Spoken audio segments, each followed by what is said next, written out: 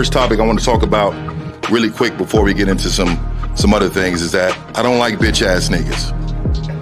And the reason why I want to start off with that is because game is about helping us learn the rules of manhood.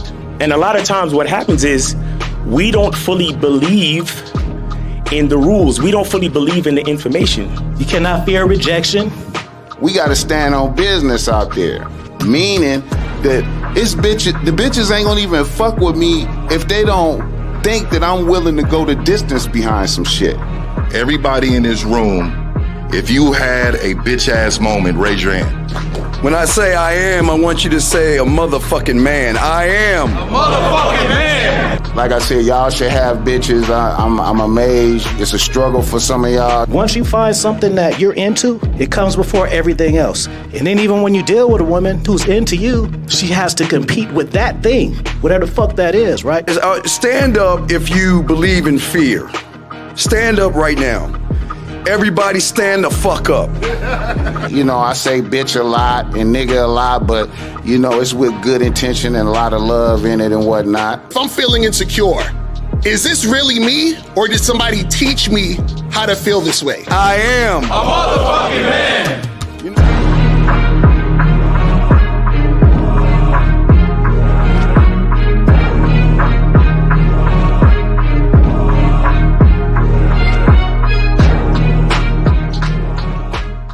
Still ain't getting women? Really? Come on, son. You need to go to badboymembership.com and step up your game. What's up, y'all? It's your boy, Mr. Locario, the bad boy of the dating game, and I'm telling you that if you really want to attract beautiful women, you need to go to badboymembership.com. This is where you get 45 through 90-minute step-by-step dating advice tutorials every month. Just sign up, follow the advice, and you'll get the woman you want. Go to badboymembership.com. That's badboymembership.com. It's your boy, Mr. Locario, the bad boy of the dating game, and I want to tell you about my documentary, Game Kings, The Definition of Game, starring myself, the Boss Mac Top Soil, Rosebud, Ron Wills, Miles Cunningham, and much more. In this documentary, you're going to learn about confidence, manhood, attracting women, and the definition of the game. To get this documentary, go to MrLocario.com.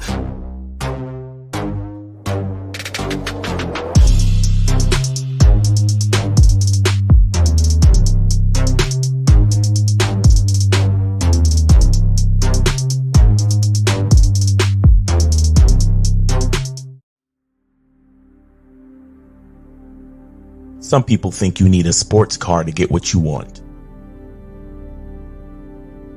Some people think you need $1 million. Some people think you need looks, status. The only thing you need is what they can't get unless they come straight to you. And that's your identity.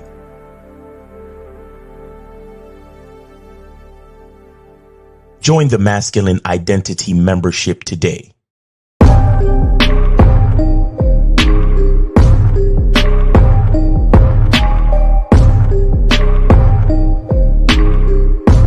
MasculineIdentityMembership.com. Masculine Identity Soap. This luxurious, quality, high lather, high moisturizing, all natural bar soap has been handcrafted with care and consistency to provide a quality cleansing experience for self-care, focus, and productivity. Specially formulated for cold showers. Stay clean, gentlemen. Masculine Identity Soap. Yo. What's poppin'? What's good? It's your boy, Mr. Locario, the bad boy of the motherfucking dating game. Shout out to everybody in the chat. Shout out to everybody in the building.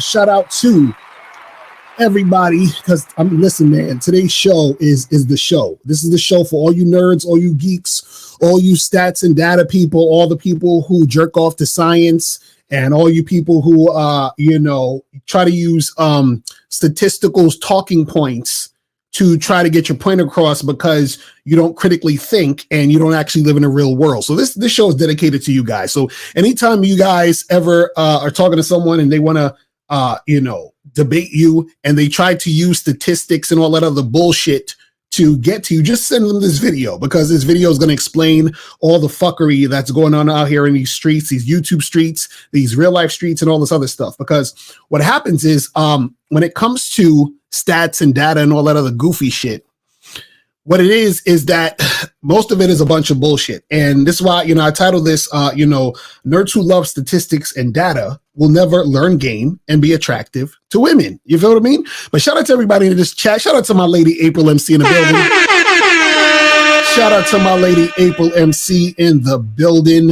Guys, listen, me and April's been together for 5 years today. You feel what I'm saying? Shout out to us. Shout out to us. You feel me? Shout out to us.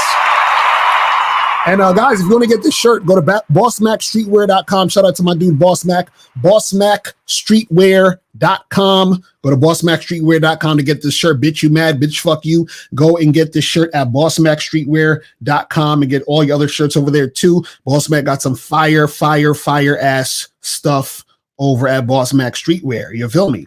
So guys, the phone lines is up, but I'm not even going to take calls right now because I'm so excited for today's show, because today's show it's been a long time coming. You feel what I'm saying? Because I realized, I didn't realize that, shit was this terrible out here. I had no idea that this many people out here was this slow when it comes to, understanding certain things in a game. And all you have to do is put science and statistics or data in front of something and people just fall for the shit. You understand? But we're going to get into this today because we got a lot to talk about. I got some things to show you guys to illustrate the points. You feel what I'm saying? And this is the thing. What I want you guys to understand is this, right? Is that a lot of people, what they do is they like to lean on statistics and data because it stops them from actually critically thinking. You understand? And we're going to break all this down because most of the time, especially when it comes to game, when it comes to you trying to learn about yourself, trying to learn about the world, trying to learn about how to deal with women, stuff like that, a lot of people love to bring up statistics and then they try to beat you over the head with statistics, even though a lot of the statistics are bullshit. You feel what I'm saying?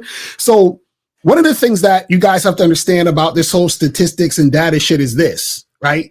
Is that people will use this in a disingenuous way in order to try to make certain points, in order to get you to believe certain things. Then they'll use things like science. They'll say, well, scientifically speaking, and the science says and all this other shit, right? And so they use that sort of as a weapon in order to, push certain narratives. Right now, let me show you guys something really quick. I want to start off with this. Let me share this screen real quick. Let me share the screen. This is a website, businessinsider.com. Let me share this screen, and I'm not gonna be too much on this web page, but I'm gonna take some shots from this web page. So as you can see at the top of the web page, right, it says 73.6% of all statistics are made up. All right, I'm gonna say it again. It says 73.6% of all statistics are made up. Now you're probably like, but Locario, that's bullshit. That's not right. That's a bullshit ass statement right there. Now, understand this. See, whether or not this statement is true. Oh, I knew Miles had to come on here. Hold on. Let's get Miles up on this shit. Hold on. So, shout out to Miles up in the building. Oh, Miles is gonna get educational today. I got the screenshots. I got the receipts. I got everything. You know what I'm saying? Nice. So basically, guys, this statistic right here, where it says 73.6% of all statistics are made up, and this is from the Business Insider website. Right now, whether or not this is true or false is still bad for statistics. I'm gonna break it down, because if it's true that 73.6% of all statistics are made up, that means that most statistics are made up, which means most statistics are bullshit. Now, the thing is this. If this is false, though, right, then what happens is, hold on, let me get, Miles, you can do the phones. So so what happens is if this is false, let's say that this is bullshit, somebody just made this up. 73.6% of all statistics are made up. If this is false, then that's still bad for statistics, because then how can we believe statistics if this statistic is false? See what I'm saying? So basically what it does, it creates a double bind, meaning that if it's true, then that means statistics are bullshit. If it's false, it also means statistics are bullshit. Because if it's false, then you just did a false statistic. So how can we believe any statistic? Because any statistic you could tell me, I could just say is false, just like this one. But if it's true, then that means most statistics are bullshit, because it's saying 73.6% of all statistics are made up. So this one statement right here has already fucked up the entire situation. Correct. This one statement, guys. This is what I'm trying to tell you. See, guys, when you critically think, this is what happens when you start to think for yourself and not be sheep, because you start to put things together. You say, wait a second, like, well, if this means this and that means that, then that don't even make any sense. Right now, let me show you guys what some of the things on this webpage is saying. So this is on a Business Insider webpage, right? The same article, right? They were talking about, and I'm gonna get into this, they were talking about how a lot of these statistics are basically on some bullshit, and they're going to give you variables and reasons why, right? And I'm going to show you the reasons why. Let me take this down real quick, and I'm going to just put up this screenshot, so the screenshot you can see better. Let me take this down real quick, and I'm going to just put the screenshots so that you guys can see. So let's check this out right here. So this is what the Business Insider page is saying, right? So they're saying that a lot of this stuff is bullshit, because there's all these variables that come into the situation. So they said that you take a survey such that the studies change meaning for the person reading your conclusions, but subtle changes in words can totally change the way that the reader interprets the results. So what they're saying is they could switch around words and all this other stuff to make the reader and the person misinterpret certain things or see certain things a certain way. They said also, common in that a survey itself asks questions in a way that leads the responder to a specific answer. So what that means is that they ask you a question that's most likely going to have you answer a certain way, right? They said there are malicious data such as on Yelp, where you might have a competitor that types in bad results on your survey to bring down or maliciously positive, like on Salesforce.com. So basically they're saying you can have a competitor company that's going to skew your results by leaving certain types of reviews and all this other stuff or surveys on your shit. You feel what I'm saying? They said App Exchange, where you get your friends to rate your app 5 out of 5 so you can drive your score up, right? Now there's more. So it says, you ask a group that is not unbiased. For example, you can ask a group of prisoners what they think of the penal system. You ask college students what they think of drinking age, or you ask a group of your existing customers what they think of your product, rather than people who cancel their subscription. So they're saying this type of statistical error is known as selective bias. Common, you look at a large data set of questions asked about consumer preferences, you pick out the answers that support your findings and leave out the ones that don't support it. You feel what I'm saying? So guys, all of this shit that we're showing so far, right? Understand that a lot of this right here is showing you how stats can be skewed. So all of y'all motherfuckers who are so caught up in stats, you understand what I'm saying? And data, understand that there's so many different ways where shit can be skewed. Do you see what I'm saying? And so what you have to understand is that if you're not careful, what you're going to do is that you're going to be swayed by all of the bullshit. You feel what I'm saying? But before I move on, Miles, what's your thoughts on some of this shit so far? Well, I mean, look, when I say your words, your language exposes you, you have to understand that statistics is like a mathematician Mm-hmm. having the mouthpiece of a pimp. Right. You know what I'm saying? Because listen, even the word percent, when you say percent, Mm-hmm. right? You got to, all that really means is per 100 people. Right. But if we're talking about 10 million people, a billion people, that's still a lot of motherfuckers. Right. But if I say, well, only 6% of people do this, only 6% of people die of this. Mm-hmm. It sounds like, it's not that many people. Right. I mean, it's only 6%. But if we're talking about billions and billions of people, that's still like hundreds of thousands or millions of people. Right. That's still in the millions of people dying from whatever I just talked about. Right. So, it's, and then of course it's, when you use percentage or when you use, fractions, when you use certain things to break things down, you can say it in a certain way to make it look a certain way. Exactly. So like I said, if all these people are dying, but it's only 6%, well, maybe it's not that bad. Mm-hmm. But see, the bottom line is this, and that's why we came up with the whole idea of real game, no theory. And that's because, you don't want to become a statistic. You want to live an authentic experience. Exactly. You understand? You don't want to be influenced and swayed by quote unquote research that other people did. Mm-hmm. You understand? It's like, okay, well, we surveyed 100 people. We don't know if them motherfuckers was lying. We don't know if they had a bad day. We don't know what happened in that laboratory. Right. You understand? We don't know what happened. I mean, we could get into some shit, but there was a guy back in the day that, man, I don't even want to talk about it because it's some weird shit. But there's scientists that did studies on like infants and, having to do with. Oh, I know what you're talking about. We don't got to get into that. I already know. There's a lot of weird shit that people do with statistics, bro. That's all I'm saying. Mm-hmm. There's a lot of weird shit. And so we got to be careful how people like explain shit. We got to be careful of how people present information. Mm-hmm. Do you understand? It's, you have to think for yourself. And that's why people like us don't get the attention that we should get, because it's the certain things don't carry across. Certain things don't come across, especially when it comes to real shit. Right.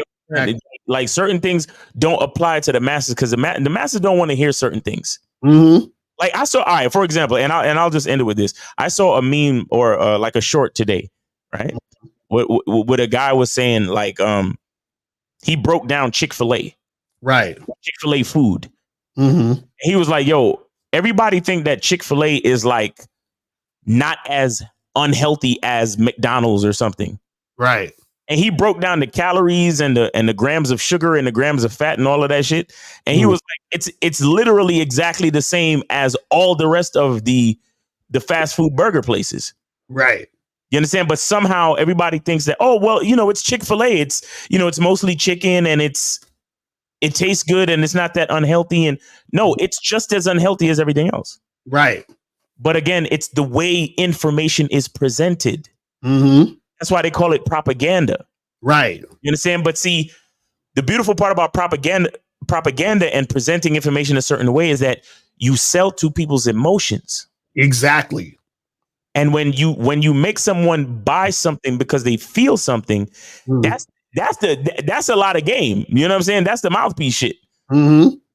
The reason why guys like us is only a certain amount of people that listen to us, because we talking real shit. Like, most of the shit we say hurt your fucking feelings. Exactly. Right. It makes you uncomfortable. Right. But the statistics and propaganda makes you feel good.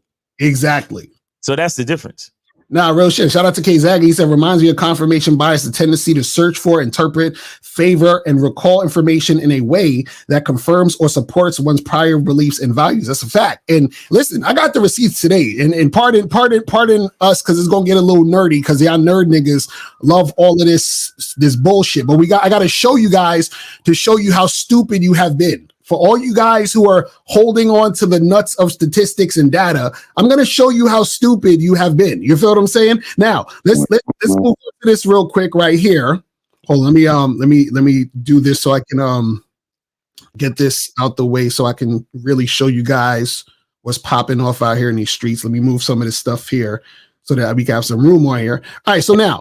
And let me know when you want me to turn the phone lines on, because we're gonna turn it on right after this. So what happened was, what gave me the idea of this video was because somebody left a comment, and it's a comment that I heard all the time, and I'm gonna show you this comment real quick, right? So this was from my video the other day, and this dude, he said, "You're wrong about women with high body counts," because we're about to get into that too, about this, the body counts and the statistics and all that other. I bought receipts, nigga, today. So he says there is literally studies on it that show after 10 bodies, the rate of divorce skyrockets. It's data and science, brother. Right? So then I said to him, I said, fam, stop with the red pill nonsense. There are no studies that exist with this information. Where did they get the data to know she had more than 10 bodies? Furthermore, how do they know the divorce was because of the bodies and not other factors? And I said, think, my guy. And he said, it was a psychology study by the University of Utah. You can literally look it up online. Did you ever do a Google check to see if there was even a validity of a study done? Just because something doesn't fit your narrative doesn't mean you should, what does he say, dismiss the entire narrative as false without looking into it. I'm the furthest thing from red pill, and I agree with the majority of things you said in the video. Now, I'm going to show you the goofy ass study he was talking about, because I've been seeing this study, and every time I tell motherfuckers, show me evidence of this high body count that's fucking shit up for women, they send me the same fuck shit. Well, hold on. First of all, before you even get into that, right, everybody know ain't no bitches in Utah. Right. That's a fact. But let me show you this page. We're not gonna go into the whole thing, but I'm just gonna show you the fucking website. Now, first of all, look at this fucking website. It's a website called the Institute for Family Studies. That's, you already know it's on some bullshit, because they have this very, like, it looked like they have this very Christian slant to it or whatever, right? So basically, this is the article, counterintuitive trends and the link between premarital sex and marital stability. Now, I'm not going to read any of this shit because it's boring as fuck. But what I'm just going to show you guys, so you guys can go and read it yourself, just go to ifsstudies.org. You feel what I'm saying? And what I'm going to show you guys is I want you to pay attention to who it's by. It's by a guy named Nicholas H. Wolfinger.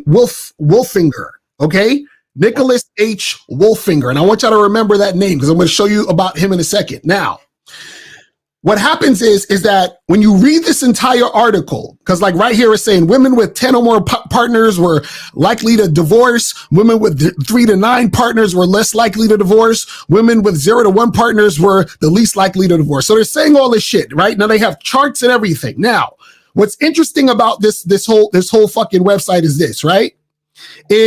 And look, they got a chart here saying the chances of divorce after 5 years of marriage, and all this other shit by, if you had a certain amount of body count, and then the percentage of women who attended church and all this other stupid shit based on a body, all of this nonsense. Now, what's funny about this entire fucking article is there was not at one point, not one time, they told you how in the fuck did they get the accurate number of bodies. Right. So all of this is talking about what they're saying happens as far as a woman having this amount of bodies. My question is, how did you get to the point of knowing how much bodies the woman had? Because last time I checked, when people sign a marriage certificate, they don't put the number of bodies on the marriage certificate. Like, where did they do this study? And there was only one part in this fucking article where it said something about a survey, but they didn't even get into it. And if it was they were taking surveys, how the fuck do you know that the women put the exact number on the survey? See, guys will say, well, it was anonymous. Even anonymous surveys, people lie. You understand what I'm saying? Especially. Right. You know what I'm saying? Like, you know how much people lie? Like, motherfuckers lie when they call us. And we don't even know who you are. You're just on the phone. We just hear your voice and you're lying. So if they did surveys, let's just for sake of argument say they did surveys, how the fuck do they know that the number's accurate? They don't. So how are you having this conversation about the numbers of bodies accurately depicting or saying this is going to cause this to happen when you don't even know how the fuck did they even come to that conclusion? And if they came to that conclusion from a fucking survey, then that's ridiculous because they could lie on the fucking survey. So the whole shit is destroyed. This shit is stupid. Right now, let me show you. Let me take this off real quick. Now, remember the guy I was talking about, Nicholas Wolffinger or whatever fuck he is? Now, who the fuck is that guy? Who the fuck is Nicholas Wolffinger or whatever? Let's go to his website real quick. Let me pull up his website. Yo, I'm so mad Lucario's playing investigative journalist today. I had to go in. I was like, nigga, I gotta go in today because this is ridiculous with these niggas, man. And so everybody know bitches in Utah be lying. Right, exactly. Now, this is his website. This is the About Me page. This is Nicholas Wolffinger. He looks a little bit like Kenny G, or something. But anyway, so so now all I want you guys to do is pay attention to this part right here that I'm highlighting. Yo, right? Go comb your hair, bro. Go comb your hair. It says Nicholas H. Wolffinger is a professor of family and consumer studies and adjunct professor of sociology at the University of Utah. Right now, I want you guys to keep in mind sociology because we're going to look at what the fuck is sociology. All right. So that's Mr. Wolffinger right here. Now let's take that off real quick. Right. So he's the sociology guy. Now, that's the guy who wrote this article that all y'all goofy niggas send me about the body count. Now, let's check this out. Now, what the fuck is sociology? So sociology is an exciting and illuminating field of study that analyzes and explains important matters in our personal lives, our communities, and our world. Amazing. Let's give a round of applause for sociology.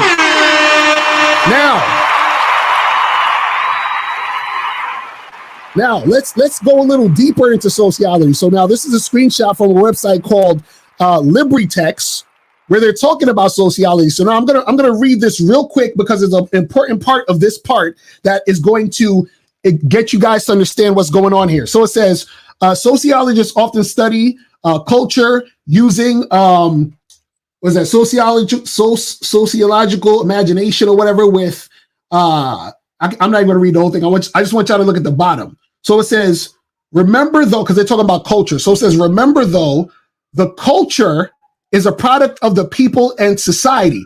Now I want you to pay attention to this part because this is the most important part. It says sociologists take care not to treat the concept of culture as though we're alive, as though it is alive and real. And he said the error is when you do this, it's an abstract concept, and it's called reification. So basically what they're saying is when you take a concept and try to make it seem like it's something tangible and real, it's called reification. Now, what the fuck is reification, Mr. Locario? What the fuck does that mean? So they're saying that sociologists can start to do this. Now let's look at what the hell reification means. Now, reification is when you think or treat something abstract as a physical thing. So reification is a complex idea for when you treat something immaterial like happiness, fear, or evil as a material thing. This can be a way of making something concrete and easy to understand, like how a wedding ring is the reflection of a couple's love. Mm-hmm. However, reification is often considered a sign that someone's thinking is thinking illogically. For example, if you think of justice as something physical, you're confusing ideas and things, which can lead to problems. So basically, how does that relate to the fucking body count? So basically, when you relate that to the body count, what they're doing is they're taking the idea of the body count, meaning that they're going to not be able to bond in marriage, and making that an actual thing that's real. And so basically what I'm trying to tell you guys is that a lot of these motherfuckers, what they do is that these sociologists, right? What happens is that they'll look at certain things, they'll study certain things, or they'll objectively observe these things, But what happens is that when it comes to reification, what they're saying is there's certain things that aren't necessarily a real fucking thing, but you're adding something on top of it to make it seem like something it's really not. Do you understand what I'm saying? So the problem is, especially with this whole body count thing, because I showed you the website that all these niggas send us, and I showed you the guy who wrote the article, and I showed you what he does, and I showed you how sociology, which is what he does, can get into that aspect, and that aspect is basically correlated to the whole idea of the fucking body count.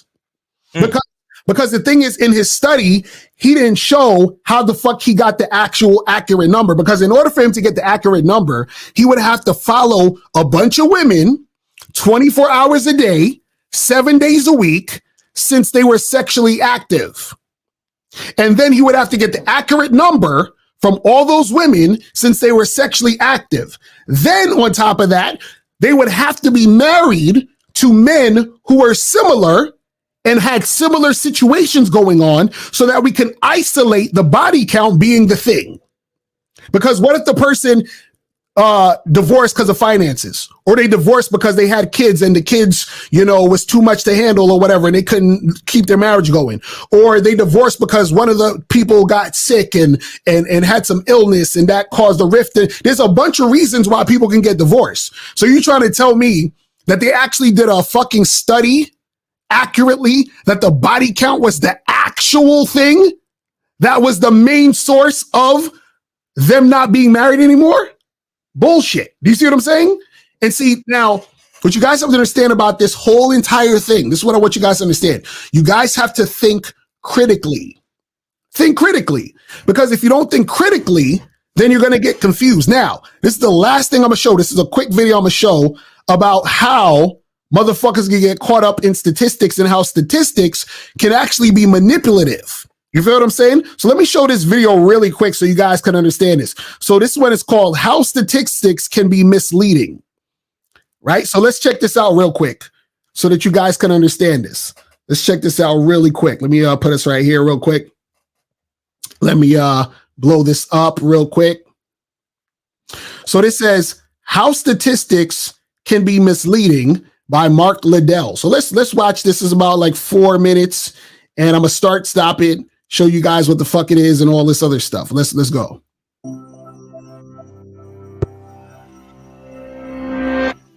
Statistics are persuasive, so much so that people, organizations, and whole countries base some of their most important decisions on organized data.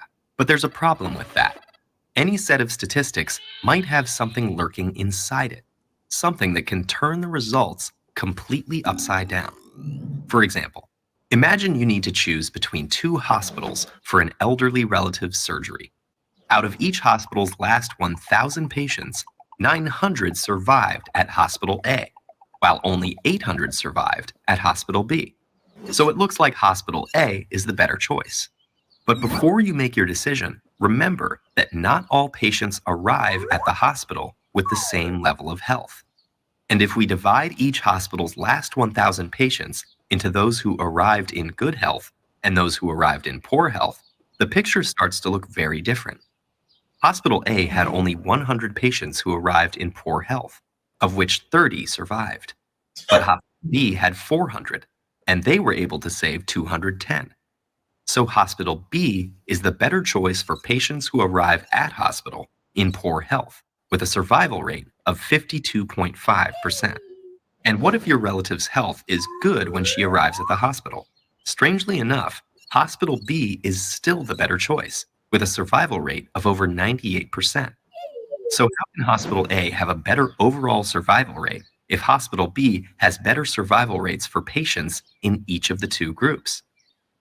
What we've stumbled upon is a case of Simpson's paradox, where the same set of data can appear to show opposite trends depending on how it's grouped. So basically what they're saying is this, is that there are other factors that you're not hearing when people try to make these statistics. Right. You understand? So in this example, they might say, well, Hospital A is better because, they've cured more patients.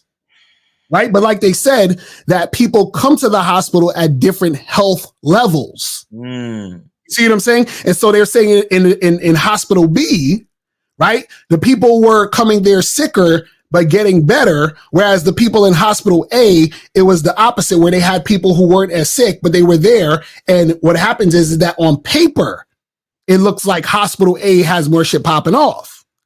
But see, they forget the variable. So, for example, let's bring it back to the body count again for y'all motherfuckers, just to understand real quick, right?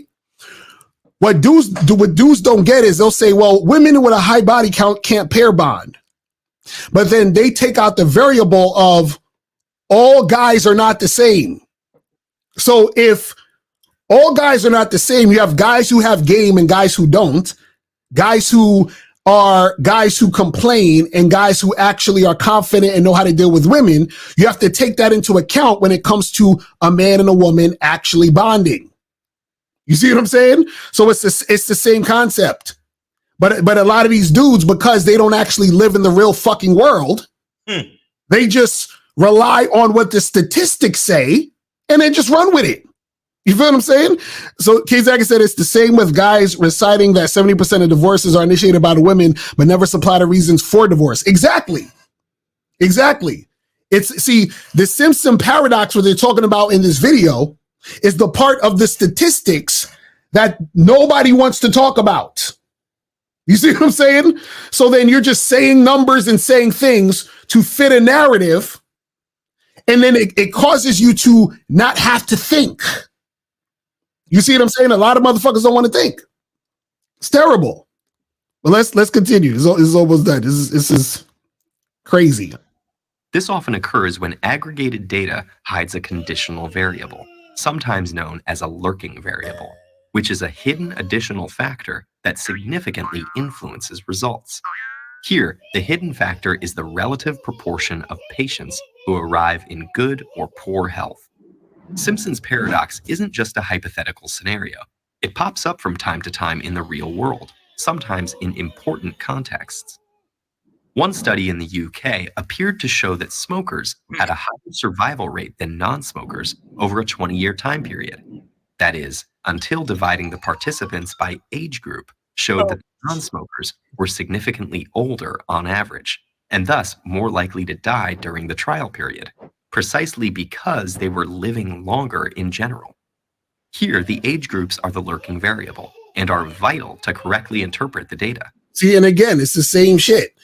It's like these little things within what's going on is the things people don't get. So, for example, again, I'll go back to the body count shit. I just love going back to this because this is what these niggas love to hold on to.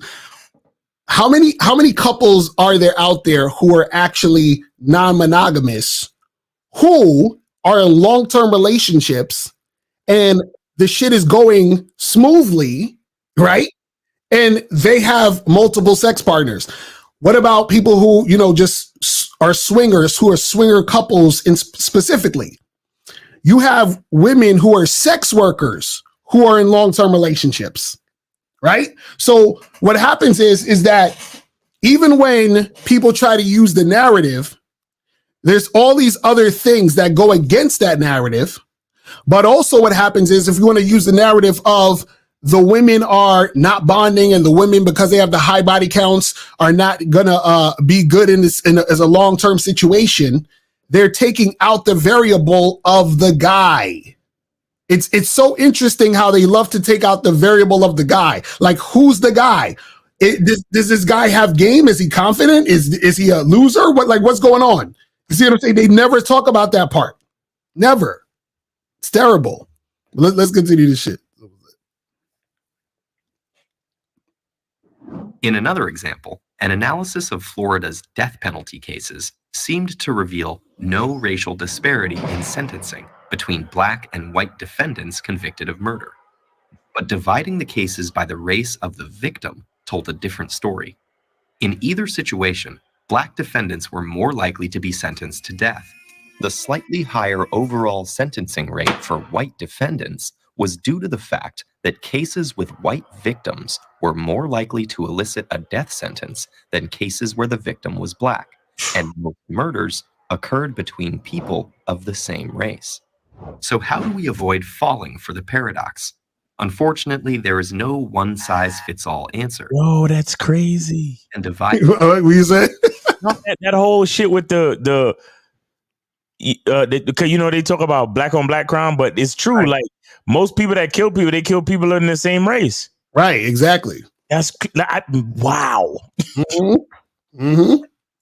It's so, Right, and that's what they do. They always use a statistic. It's all this black on black crime. Duh, because black people are near black people. What are you talking about?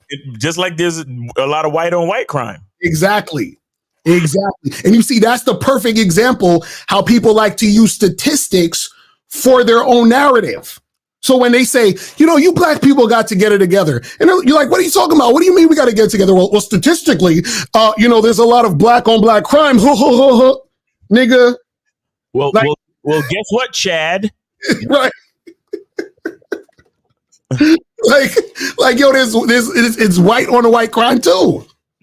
You see what I'm saying? But again, this is what we're talking about. When you guys don't use your brain, yeah, you will get fooled. And a lot of you motherfuckers are fooled on the internet, and that's why you're not having success in real life. And I'll say this, man. The difference between us and them is that we us and they them. Facts. Shout out to Jules Santana. Shout out to Jules Santana. But what I mean when I say that is that people use statistics and like different things. There was a study done. Like listen, for the most part, for me personally, I'll speak for myself. When I say something, I'm trying to get you to think for yourself. Exactly. I'm not trying to get you. That's the thing with statistics. Statistics is used to get you to think something. Right. Statistics and all this propaganda shit is used to get you to think a certain way. Mm-hmm. When it comes to game and the shit we talk about, like, bro, it's called bad boy membership. It's called masculine identity. Number one, who's the bad boy? The bad boy is the guy that doesn't conform to society. Exactly. That's the bad boy. It's literally in the name of the program. Mm-hmm. We're literally telling you no statistics should lock you into a box. Exactly. No statistic, no study, none of the. Listen, if 100 niggas fell off a cliff, do I need to be 101? Right, exactly. And that's what statistics say. It's like, well, all these guys are getting, they're being taken to child support court. Right. And it's like, nigga, why would I be the next guy? Mm-hmm. Do what I need to do to be different from the rest of them dumb motherfuckers. Exactly. And that's another thing. Most of the people that you read about in the statistics when it comes to stuff like that are stupid. Exactly. You understand? So it's called bad boy membership and masculine identity membership for a reason, because we are trying to get you to think for yourself. Exactly. So literally you do not become a statistic. Literally. Exactly. Because if you think for yourself, your outcome will be different from all those dumb fucks that they did the study on. Exactly. Real talk. Real talk. This is almost done. Let me see what they're going to say, because they said one little point at the end that I liked. Hold on. Let me bring this back. Between people of the same race. So how do we avoid falling for the paradox? Unfortunately, there is no one-size-fits-all answer. Data can be grouped and divided in any number of ways, and overall numbers may sometimes give a more accurate picture than data divided into misleading or arbitrary categories. All we can do is carefully study the actual situations the statistics describe and consider whether lurking variables may be present. So he said, let's study the actual situations, meaning how about we focus on real life? You see what I'm saying? How about we focus on actual things that are happening versus looking to learn about yourself through all of this other extra bullshit, instead of like, what is wrong with having experiences so you learn about yourself through these experiences so you can make your own. See, if we're going to talk about statistics, make your own statistics, because gather data based on you. So when we tell y'all motherfuckers talk to 25 women a day, So if you say, you know what, damn, I started, going out and hollering at 25 women a day. And I noticed that, for the past 3 months, about every time I talk to 25 women a day, I get like 3 or 4 who seem interested and respond back to me. Right. And then you say, how do I up those numbers? What should I do to try? You see what I'm saying? Like, that's specific to you. Right. Exactly. So if you're going to use data and statistics, use your shit. Don't be looking at, well, the statistics said that 3 out of 4 businesses fail. And the statistics said that, if you approach these women, then this is going to happen. It's like, nigga, have you done it or you're reading about other people doing it? Right. And that's the problem with a lot of motherfuckers. Because they don't understand their identity, shout out to Masculine Identity Membership, because they don't understand their identity, they're sitting there looking at other people's shit and then judging themselves off to other people. Mm-hmm. Like how you going to do that? Mm-hmm. So you're interested in doing something, and instead of doing it, you're going to sit there and say, well, let me look at the statistics on this thing. And then I'll make a decision whether or not I'm going to do it, when none of that has anything to do with you. Exactly. This is terrible. This is why, man, guys. Game and look, game and all that is ultimately knowledge of self. Right. And the reason why knowledge of self is important is because I'm different from all them motherfuckers in the study. Mm-hmm. Exactly. I'm different. So if I know who I am, the statistics literally don't matter. Right. Again, I'm going to say it one more time. It might fly over y'all niggas' heads. If you know who you are, mm-hmm. the statistics don't matter. Exactly. Because if I know that I'm the type of nigga that'll always use a condom. Mm-hmm. If I'm the type of nigga that I'm not just going to be fucking all willy-nilly. God damn. All right. So we got 678. 678. You were on live with Lakari and Miles. Name 8 City. Where did you send it? I sent you $5.04 for Mr. Lucario. All right. I got you. Appreciate it. So what's going on, Efosa? Okay, so let's say, for example, a woman lied to a guy that, like, he told a guy that he got STDs.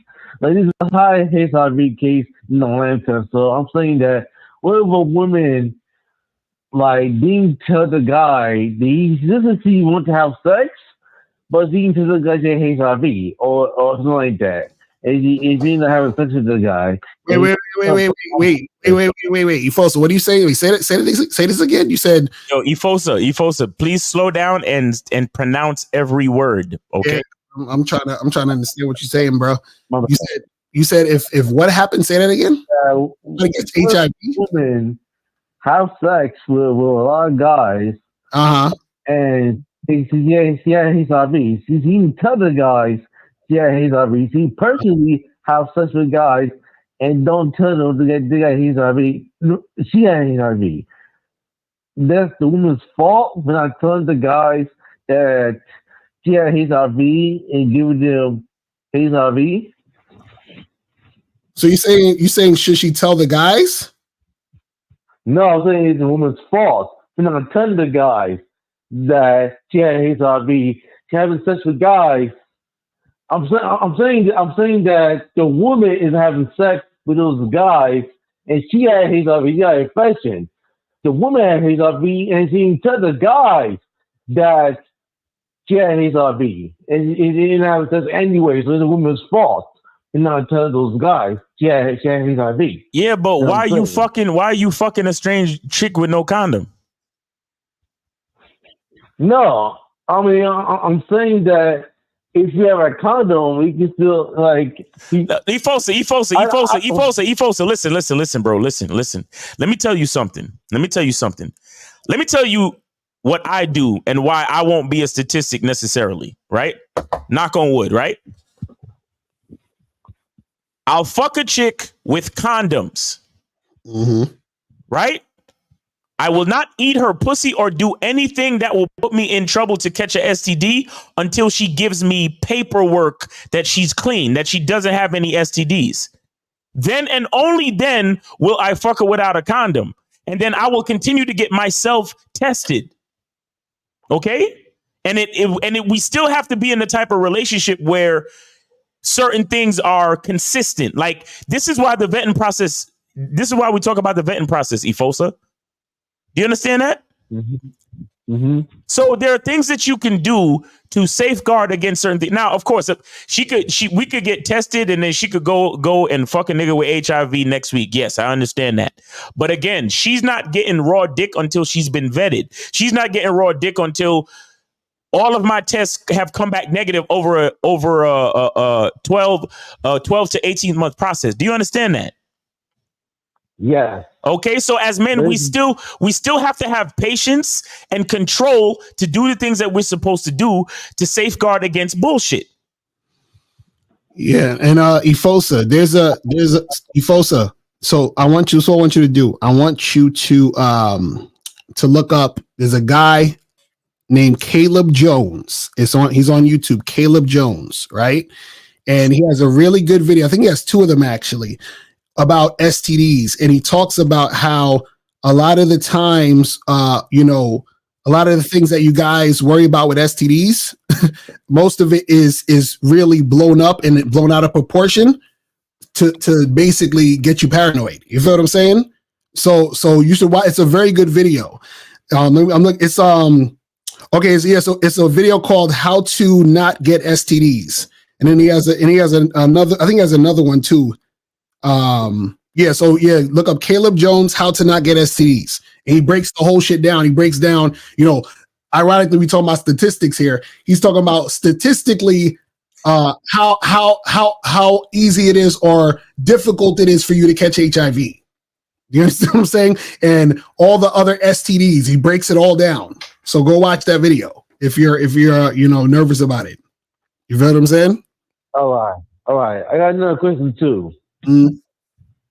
Go ahead. About today's topic, this is, you said that about black on black crime. He's like, people say that black people commit the most crimes. You know what I'm saying? Mm-hmm. Is it true that most black people ever commit the most crimes? Yeah, niggas is fucked up, bro. We're evil. So are you asking, do black people commit the most crimes? Yeah, I'm saying this is true. I'm saying because a lot of people say black people kill more people. Obviously, that black people kill white people, black people kill black people, black people kill Asian people, black people kill everybody. You know what I'm saying? Is it true? You're asking, is it true? Yes. No. Well, also, what you got to understand is that what happens is, and this is when we talk about statistics, is a lot of times they'll report certain things more than other things. And then sometimes what happens is crimes are committed, but you might have some people, like some white folks, who may not necessarily, get arrested, or certain things might be, thrown under the rug because they're white. You see what I'm saying? So that type of shit also happens too.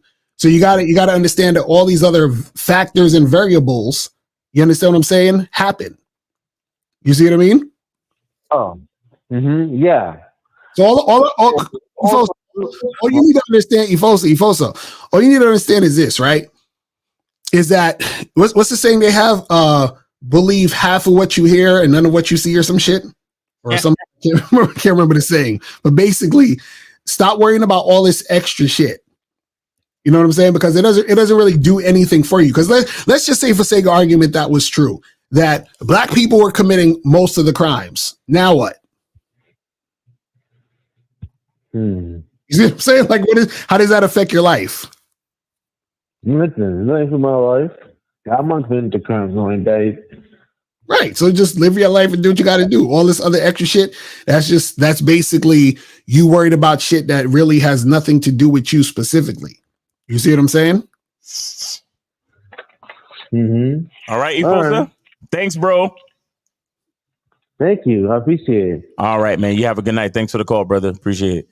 All right. So we got 646. You're on live with Lakari Miles. Name 8 City. Where did you send it? What's good? Shia speaking from Brooklyn. Oh, Shia. Appreciate the donation, brother. So what's going on? Yeah, first of all, this title, I'm offended because I'm actually a data scientist. So, you know, she love data. Shia is coming with the smoke. When I first heard it, I was like, ah, man. Yeah. Let me find out. Shia he gonna come with the stats. So what's going on with you, man?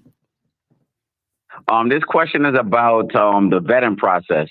Mm-hmm. So I know, for example, you have to give a woman duty, but you also say that you can't give her too much to do because then she's gonna feel like she's at a higher level. Right. So my question is, how do you determine what is something that's not too much to do? Because what I may want her to do may be to cook and, you know what I'm saying, run errands and maybe take photos for me, but somebody else may want something different. Mm-hmm. So again, how do you determine what is something that's not too much in the beginning when you're vetting? Well, this is the thing. So what happens is, right, is if a woman is, let's say, your girlfriend, like she's actually like your actual girlfriend, she's been vetted 12 to 18 months, she's your girl and all that other stuff, right?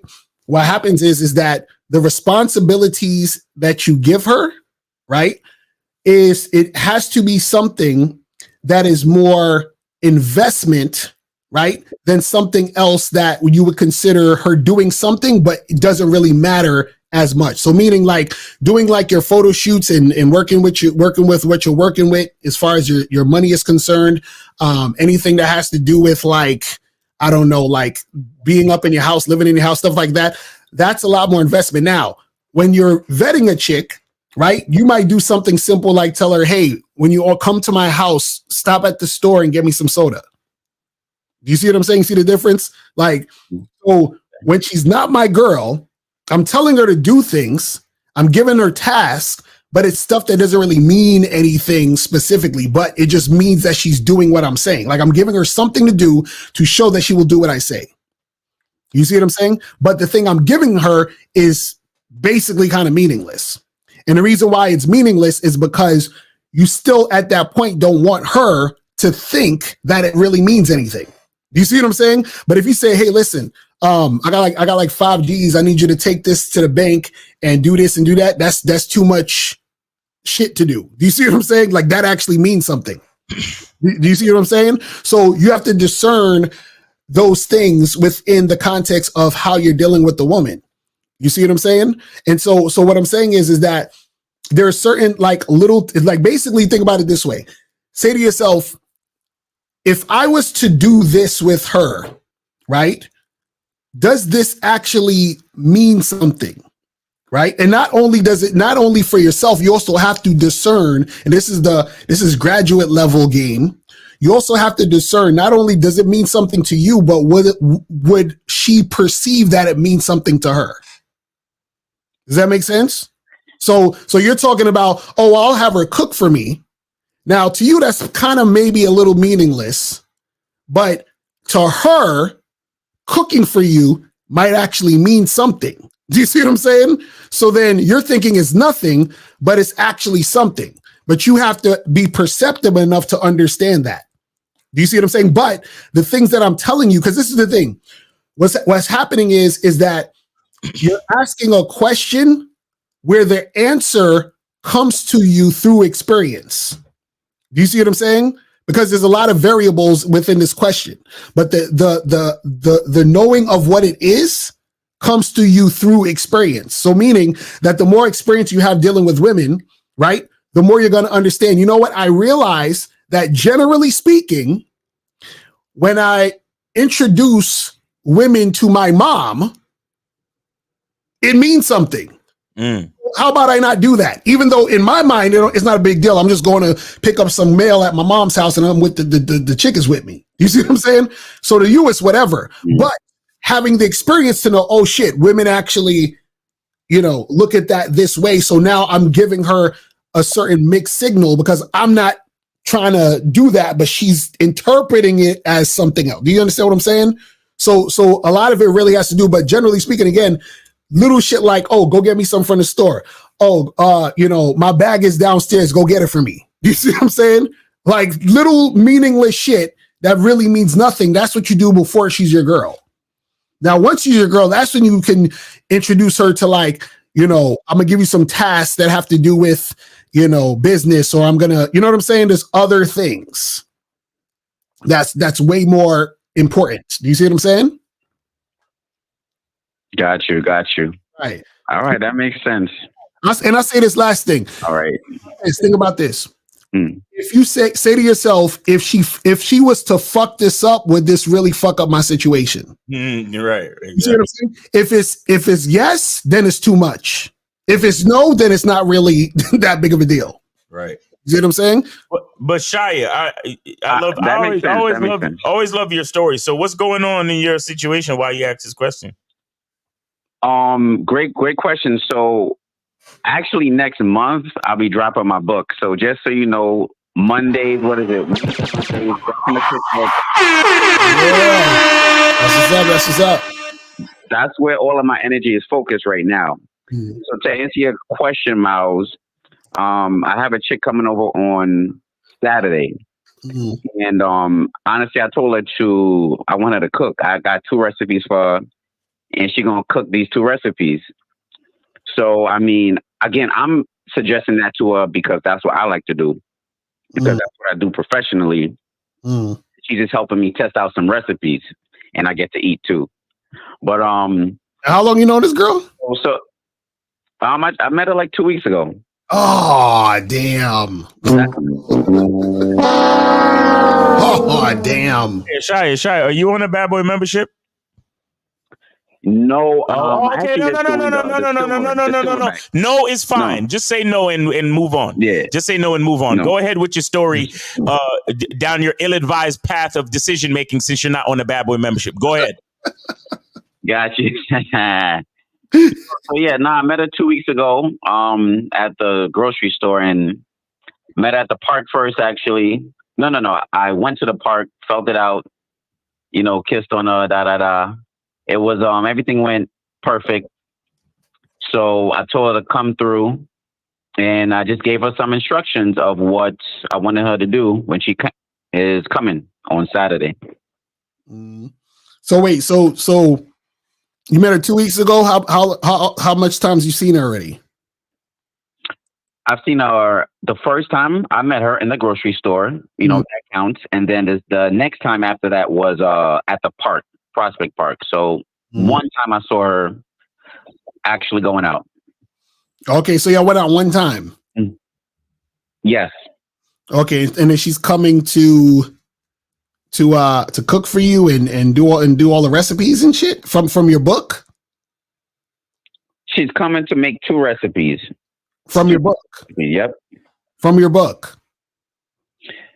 Potentially. Depends on how it comes out. Wait. What do you mean potentially? Is it from your book or not? Yeah, but again, I have a list of different things, and depending on how it comes out, I'll either add it or remove it.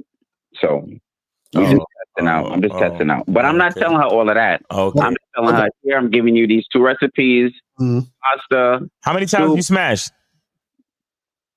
I didn't smash, man. Miles, I'm gonna smash. No, you didn't even smash. No. No.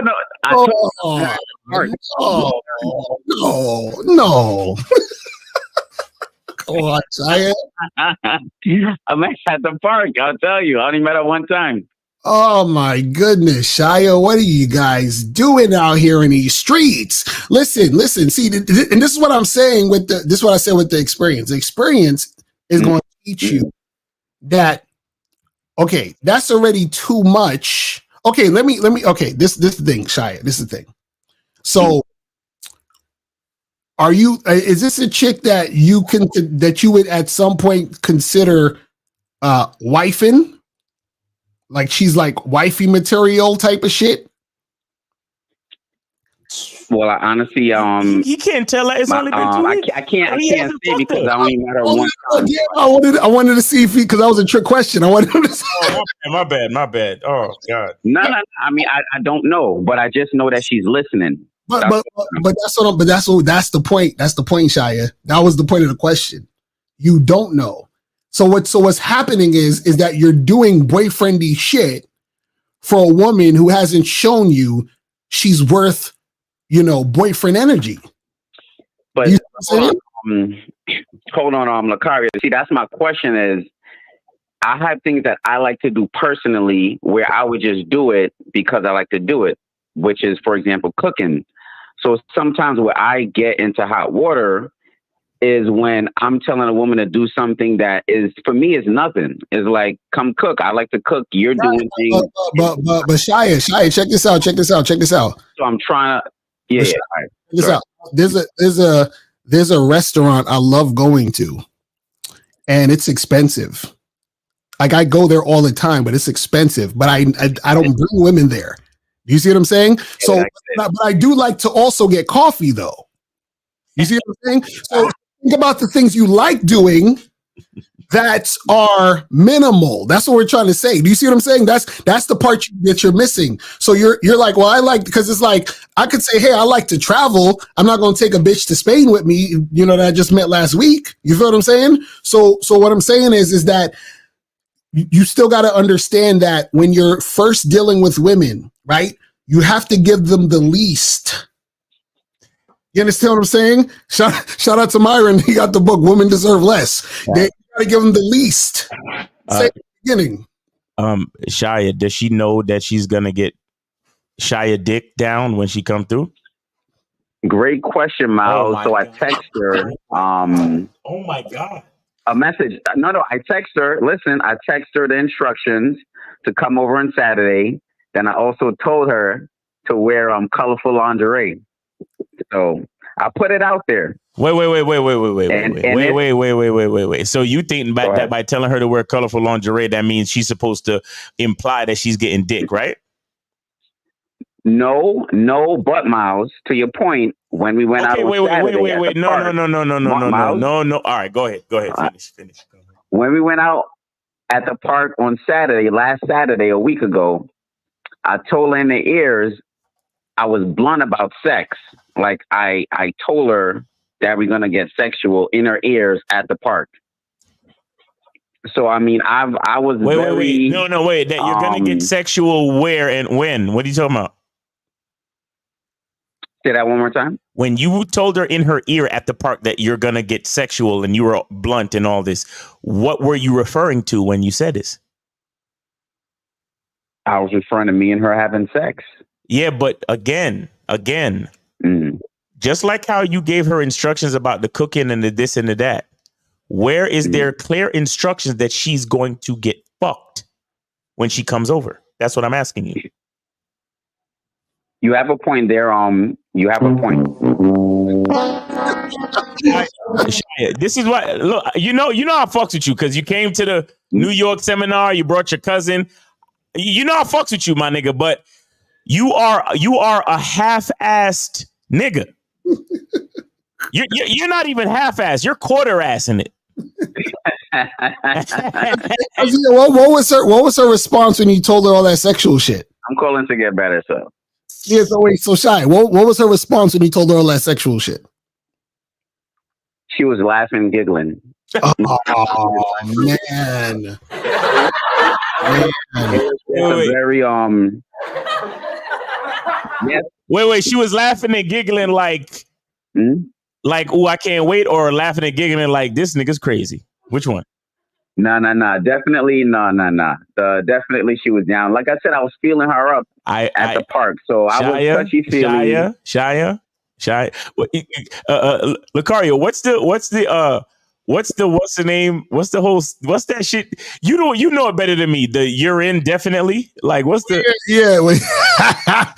So Shy, what's the definition of indefinitely? The definition of indefinitely. Yeah. That means forever. No, it's when your balls are hitting her ass, you're in definitely. You see what I'm saying? So you're not indefinitely. You're in maybe. You feel what I'm saying? Listen, fair enough. I accept that. Also, this is what I'm saying. Okay, Shia, this is the thing. Okay, so and I want all you guys to listen because y'all probably like, why y'all so nitpicky about it, and what's the big deal and all of this other stuff? I'm gonna tell you what the big deal is, Shia, because I want you to hear this because I don't want you to be surprised when she comes over and y'all cooking potatoes and cupcakes or whatever, right?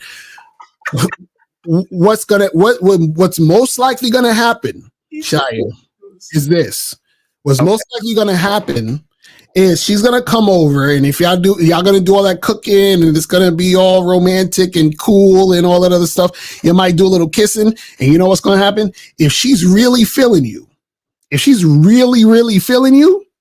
not going to fuck you. You understand what I'm saying? You know, Lakari, I thought about that too. It's gonna backfire because she's gonna be like, "Oh my god, he's so nice. We're cooking, and it's so." Right. You know, if I fuck him now, he's gonna think I'm just a slut or a whore. So I'm gonna wait. Yeah, he's not gonna call me back. So I gotta make sure I wait so that I don't fuck this thing up with Shia because he seems like a really great boyfriend. This is what I'm saying. Like, that's what I'm saying. You're setting it up for her to have that perspective of you, bro. And then when you kick her out because she's not fucking, she's gonna be like, but why? I thought right. And then she gonna say, you know what? He's confused. I only known him for 2 weeks and he acted like this already. Fuck this nigga. Right. And Shai, I bet you got a nice apartment, don't you? Oh, I got a 2-bedroom. Oh, Shia, man, you got a nice apartment. She gonna go in there. This is what she gonna do. She gonna be walking around looking like, oh, this is nice. Oh, this is nice, Shia. If she says this is nice, you're finished. Yo, Shia, let me ask you a question. Can you live without cooking? Cooking myself? Listen. No, bro, I cannot. Bro. I'm gonna ask the question again, and you're gonna give me a yes or no answer, okay? All right, Jesus fucking Christ, you so-called men. Shia, can you live without cooking? No. Okay, so what I want you to understand, because your initial question was, how do I know if I'm giving her too much too fast? Blah blah blah. If it's something that is absolutely important to you, absolutely, she doesn't get the privilege until later, brother. Right. She doesn't get the privilege to be a part of that world. Now, look, you already set it up. So just follow through with the plan, because when a man sets a plan, that's it. You like at this point, you kind of have to go through with the shit. But Lucario basically done told you what's going to happen. Now, if you're absolutely lucky, you still might get the draws and she'll just cooperate with you because she is what you think. And I hope for you that that's true. Right. According to the rules of the game, you're fucking up, bro. Right. Because it's not about the cooking. It's about you are giving her access to something that is a part of your identity way too fast. That makes sense. Let me finish, bro. She doesn't deserve that part of you yet, my brother. The only part the only part that, and not to even say that she deserved, the only part that she could have of you right now is the part that God and nature created for us to share naturally. Do you understand that? And what is that I'm talking about, Shia? Fucking. Exactly. This is and again, this is the shit that I was talking about in the beginning of the intro of the Vegas seminar, bro. I'm telling y'all niggas, we give y'all the information, but y'all don't fucking believe in it. You still think you can do exactly what you want to do. And then you're gonna be like, oh shit, like why she acting like that? See, this is the reason why we don't hear from Shia for months at a fucking time. Because he thinks he know better. He know better. So all of the months that we don't hear from him, he doing what the fuck he want to do. But then when he know he's fucking up, he's like, let me call these niggas up. And Shia, and this is what I'm trying to tell you. This Shia. True, I've been working hard. And Shia, this is what I'm going to tell you, and this goes for all you guys. Do you know? Okay, there's times where I, on purpose, try to go against what I teach. Because I'm like, there has to be some holes in it. There got to be, because, okay, let me explain it. There was this one time where I was on Tinder or one of them joints, and this is when I used to like fuck with a bunch of like 20-year-olds and shit, right? So there was this chick, she was young, maybe like 22, 23, something like that, or whatever, right? So I told her, I said, hey, meet me at this spot to get a drink, right? So then the chick said, hey, that's kind of far. Can we meet somewhere else? Now, at this point, I'm supposed to just end it. I'm supposed to dead that, right? Now, I said, you know what? Let me go against what I know and then try to do something. So you know what I said? I texted her. I said, all right, well, listen.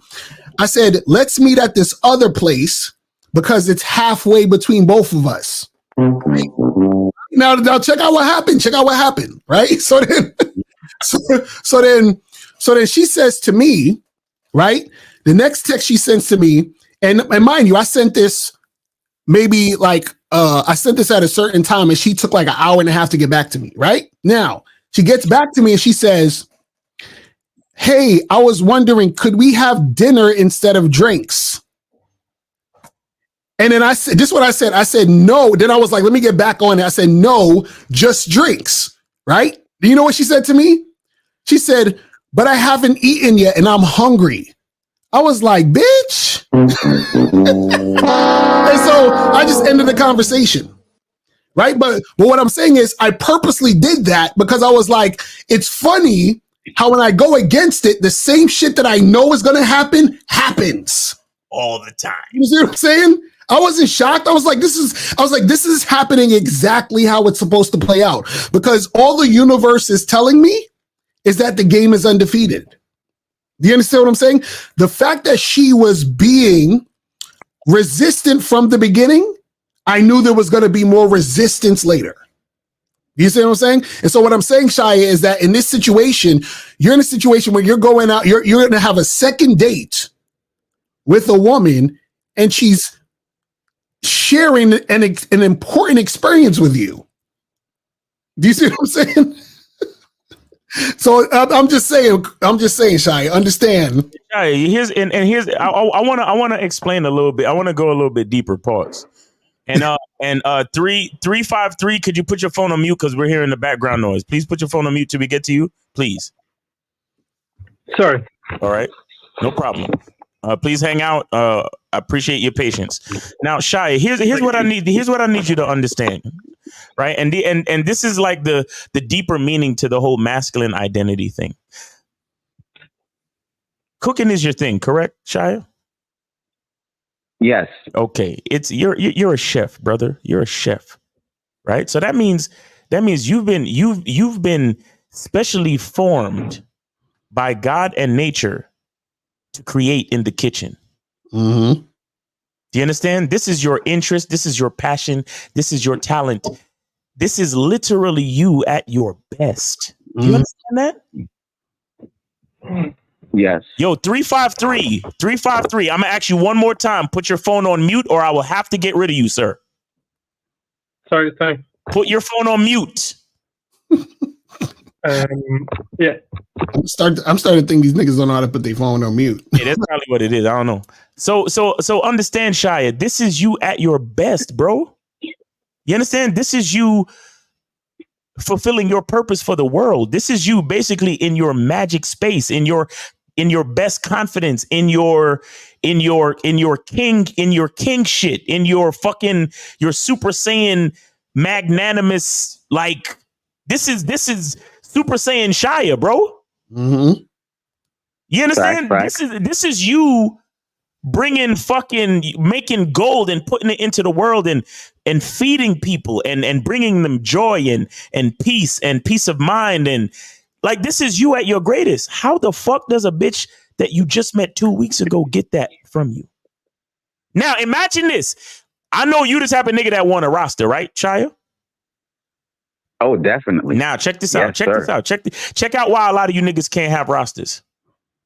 Because imagine a woman that you've been seeing for 4 years. Mm-hmm.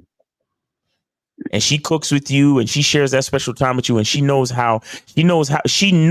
grown to know what a serious man you are when it comes to cooking. That's your passion. And that is a intimate part of who you are. But she's been fucking with you for 4 years, right? Right. Mm-hmm. And then she finds out that a bitch that you met 2 weeks ago gets to be in that space to be a part of your cooking. Mm-hmm. That's a wrap. What's the difference between the 4-year woman and the 2-week bitch? And in that respect, what are you saying to the woman that has been investing 4 fucking years of consistency with you? Right. That she's on the same level as the woman exactly that just recently met. So so in this respect, can you see why your 4-year woman would start creating issues with you and start arguments and have an attitude and all this type of shit? Do you see that? Oh, 100%. Okay. So these are the things that we need you guys to look.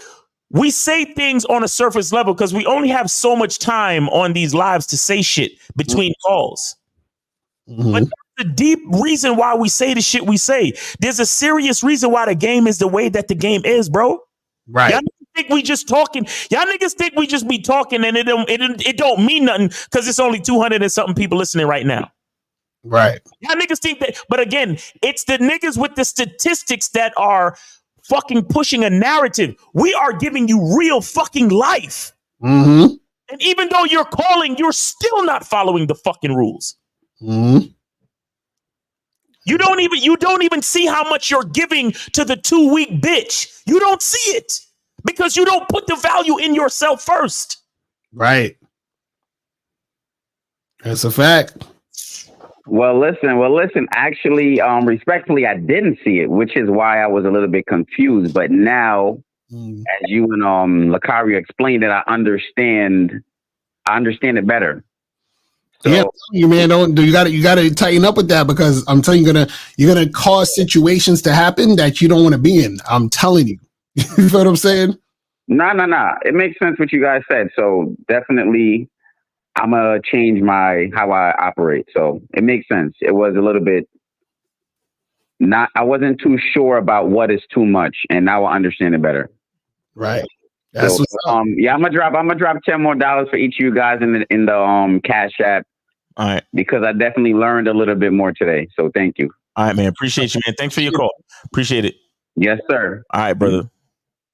Peace out. And don't be a stranger, man. Call in, man. Call in more often, man. Come on, man. Definitely. I've been working hard, Miles. I've been working hard, but I'm gonna call in on Media Monday. Media Mondays for the book. Okay, that's what's up. That's what's up, bro. That's what's up. Because I like talking to you because it's always a teachable moment with your ass because you a knucklehead.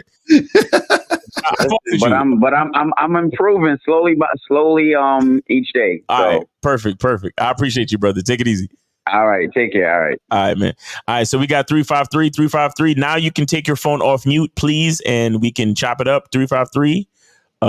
Yo. Yes, you are great. What's going on, man? You are on live with Lacario Miles. Name, age, city, and where did you send it?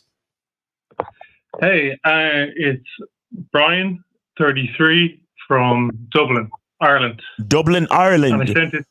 Yeah, Dublin. And I sent it to PayPal there. Okay. Under, I think it came in Brian, yeah. Dublin, Ireland. Yeah. All right, man. Let me see if I can see. Is it on there? You see the PayPal? I'm looking at the PayPal now. I don't see nothing. Hold on. What would be the name on the PayPal, brother? I think it should be Brian. It should be Brian. On the PayPal or the Cash App? Which one? PayPal. I'm not seeing this shit. My PayPal is just. I'm not seeing nothing. That's my shit is slow. I don't see shit. You sure it's PayPal? Because I'm not seeing nothing. You have to have his name. You sure went through, Brian? Yeah, 100%. 100%. You see your mouse? Because I don't see that shit. Oh, yes, I see it. Yeah, it's there. All right. Cool. So what's going on, Brian? So I've been listening heavy for the last 2 years. Actually, I've been following this for a long time before that, probably 15 years or something, but just very on and off, but heavy. I listen to a whole life every day. Basically. Appreciate that, man. So longevity, man. You know what I'm saying? That's what's going on. Yeah, I know. I was in. I ended up kind of messing up a lot of these dynamics with the last relationship I was in. The kind of wait, real quick. So you've been listening on and on for about 15 years, eh? And you never got on the membership, did you? Oh yeah, no. I on and off because I don't have to. I'm a bit broke, so I've been on about my membership. I did 2 months you got to pay for a pint. There. You got to pay for a pint at the local pub, so you couldn't pay for the membership. But then are you on speakerphone? Or are you talking straight to the phone? With you guys, ways each, you know. Okay. Are you talking to us directly, or are you directly on the phone, or are we on speakerphone or AirPods or what? The first time I'm on my laptop. Sorry, I didn't mean to speak over you. I don't know what the connection's like. I'm on using mobile data. I'm on my laptop. Oh, he's on his laptop. Okay. All right, no problem. So I actually didn't know how to put it on mute. No problem. no problem. You're fine. Go ahead with your question, please. Yeah. So, actually, the title, the reason calling it, the title got me kind of hot today earlier on because I'm a bit of a nerd as well. No. Wait. Did you say the title got you hot? Yes. You mean it got you upset? It got you upset.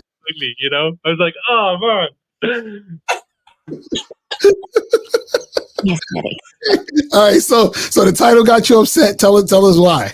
Tight is the word. Sorry, tight. Got me tight. Okay. I have to pick up the lingo, you know. All right. Yeah, Diddy likes it tight. All right. So, but why? What's your thoughts on it? Yeah. So, well, it's actually interesting because, I like the way you brought it around in the end because what you did was actually you gave a lot of very valid criticisms about statistics, but it was kind of actually from like they were like from a statistician's viewpoint, whether you realize it or not. You were like saying, you're pointing out how the studies were designed badly and how things couldn't be known and stuff like that, and they're all totally true. So, and I'm like, Lucario's got a bit of a knack for statistics here, you know? That's hilarious.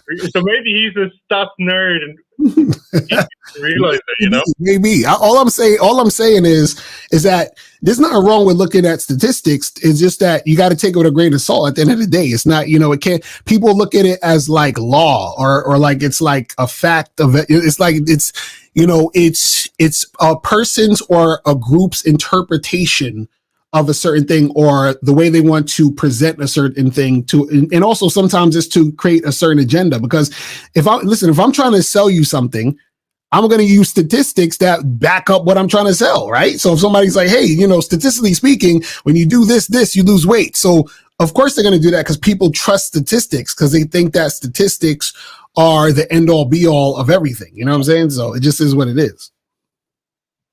You know what I'm saying? Yeah, absolutely. But it actually, I posted in the comments there or in the chat. There was a famous book called "How to Lie with Statistics." Mm. The point of that book was exactly this: is that governments and corporations and the media use statistics to manipulate people, right? Mm. So the way they do that is through the power of authority. And this kind of magic that statistics has is that, this is scientific and it's complicated and I better take their word for it, basically, you know? Right. What the book was teaching was to give a basic understanding of certain things so that you couldn't be manipulated. Mm. So in my mind, I'm like, that's the type of game too, you know? Right. Well, so Carly, do you have any other things to say, questions, anything? Well, I have more to say and kind of talk about this with you. I'd be interested in get your opinions, certain ideas I have about it. It's just, there was more things I was saying there. It was that, generally, you say the truth is inside you. Definitely, for me, all through COVID, I relied a lot on science and statistics to get me through that period because there was so much false science being put through the media to manipulate us all. The fact that I had some background in that helped me get through that. But it was also that I actually learned this way of critical thinking, which you're emphasizing, from going out and meeting people, from doing, lack of a better word, cold approach or whatever, since I was 18, talking to people. And that made me develop standards for how I was treating other people and how I expected them to treat me, or I'd move on. And I'd meet a lot of people with different political ideas and stuff like that. And then you find that you become a more centered person, and then that made me less susceptible to false information, false statistics later on in the last few years, and it made me be able to stand out and have my own voice on the matter. Okay. So there's a kind of a connection there, and as well, even Jordan Peterson, he's talking about.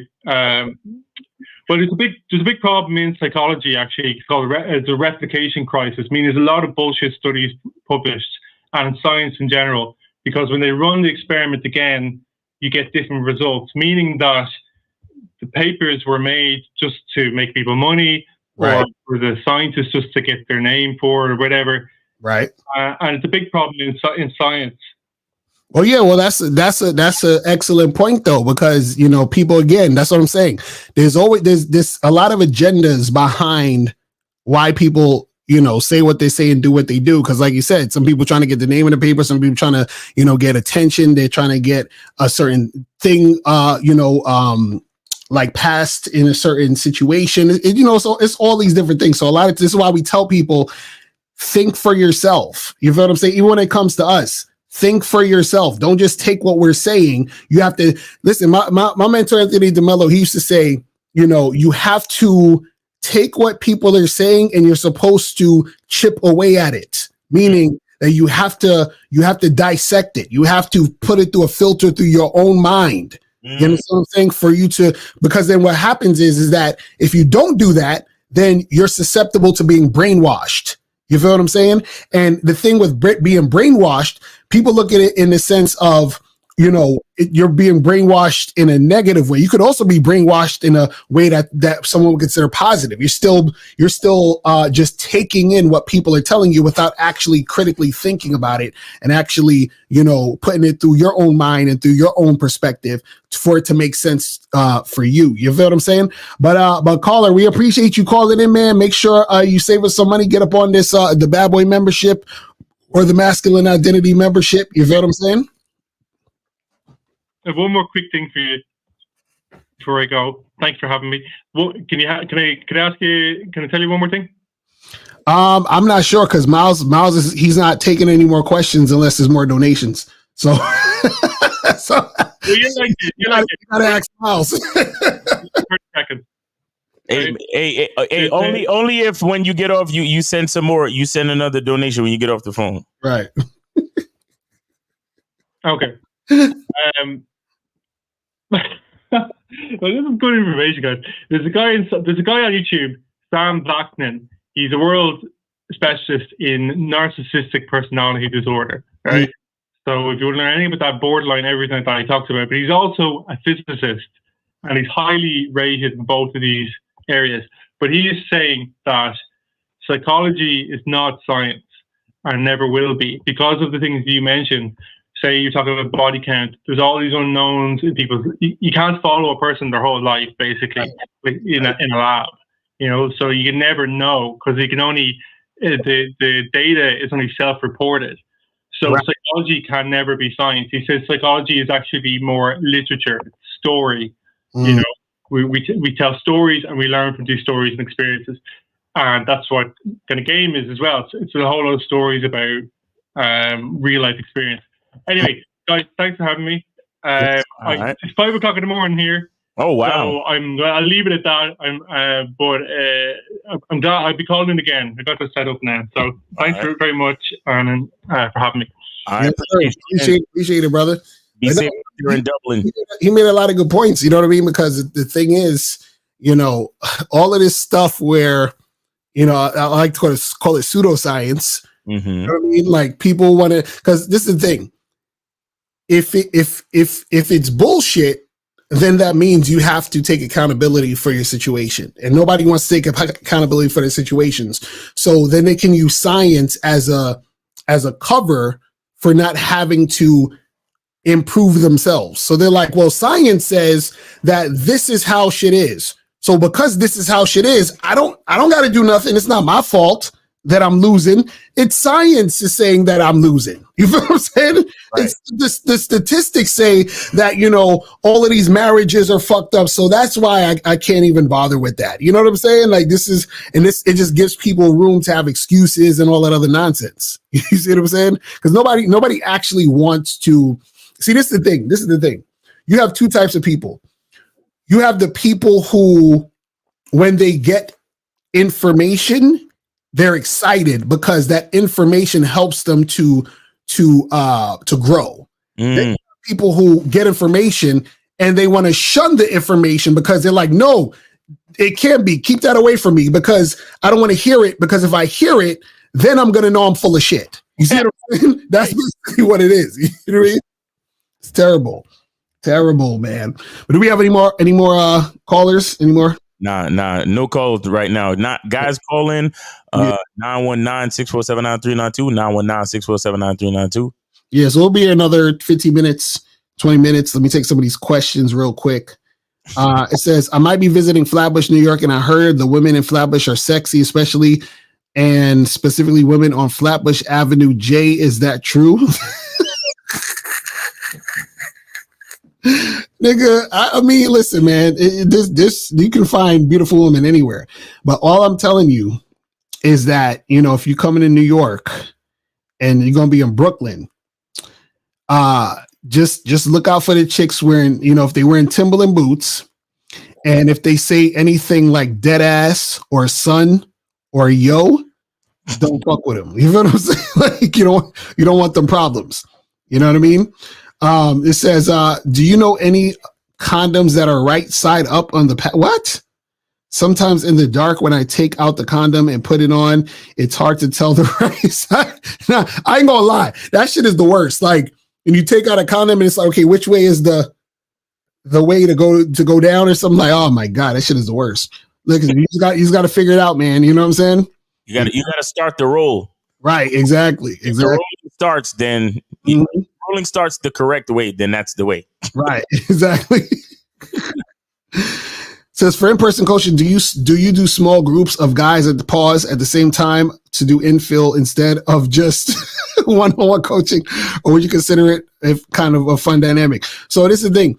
I want to start back the in-person stuff because I haven't done in-person stuff in years. So, but the thing is that I'm telling you guys that if y'all really want in-person coaching, you got to be really serious about this, and it's gonna cost you. You feel what I'm saying? So I'm just letting y'all know that now, but because I want to set up some shit where we could even set up a payment plan for y'all, because it's gonna cost that much where you might need a payment plan for most of y'all. You feel what I'm saying? But I'm gonna let y'all know about that, you know, as time going along. There's like a lot of stuff that we got to get done. Like we're just almost finishing the Game Kings documentary. Like the shit is fire. Like our editor, you know, he showed me some of the shit today. The shit is so fire, guys. I'm telling you, like the shit is ready to be in movie theaters right now. That's how good it is. You know what I'm saying? Like the shit is so good. So, you know, I'm telling y'all, I can't wait for y'all to see this shit. You know what I mean? It says, how do you know the 7.3.6 article saying stats are fake, that article itself is not fake and made up? That's what we were talking about earlier. That's the paradox. Because if it's fake, then that means statistics are fake. If it's real, that means most statistics are fake, which means statistics are fake. You know what I'm saying? That's the illest fucking statement that has been made about statistics that throws the whole shit up in the air. It's insane. Right. That's insane. You know what I'm saying? Like, because think about this. If you're in a debate, who's to say what you said isn't true? It's like, let's say you're debating somebody, right, and they say, and then you're trying to win the debate, and then you say, well, statistically speaking, you know, 3 out of every 4, women they shits at nighttime. Like, that's right, Bob. You know what I'm saying? Like, who the fuck? That's right, Bob. 65% of all people know that. Right, exactly. Like, How would you even? Because what are you going to say? No, you're wrong. How? Prove it. Where? You know what I'm saying? I did the study, or I saw the study somewhere. Like, what the fuck? Oh my goodness.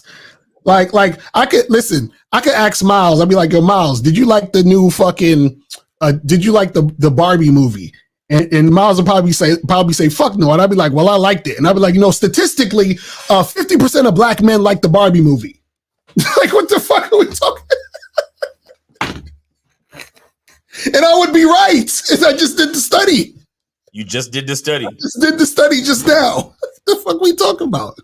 But no, Lucario, it has to be a larger sample size than that, Lucario. What are you talking about?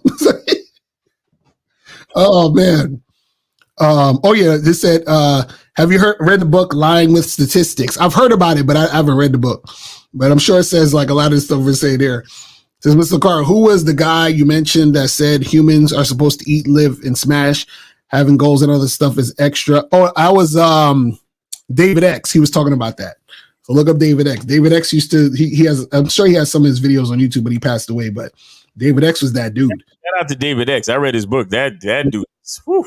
David X don't put up.